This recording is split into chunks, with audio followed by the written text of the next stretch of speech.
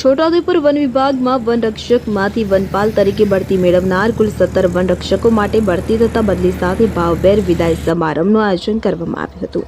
આ સમારંભ નાયબ વન સંરક્ષક શ્રી આર.બી. સોલંકી સાહેબના અધ્યક્ષસ્થાને યોજાતો। કાર્યક્રમમાં મદદનીશ વન સંરક્ષક શ્રી ફતેહ મીના આઈએફએસ શ્રી કે સોલંકી આરએફઓ સહિત વન વિભાગના અધિકારીઓ ઉપસ્થિત રહ્યા હતા। બઢતી પ્રાપ્ત કરનાર તમામ વનપાલોને તેમની ઉત્તમ કામગીરી બદલ બિરદાવવામાં આવ્યા હતા તેમજ ભવિષ્યની જવાબદારી માટે શુભેચ્છાઓની શુભકામનાઓ પાઠવવામાં આવી હતી। આ અવસરે અધિકારીઓ દ્વારા પ્રેરણાદાયક માર્ગદર્શન આપવામાં આવ્યું હતું અને સૌને ભાવભેર વિદાય આપવામાં આવી હતી।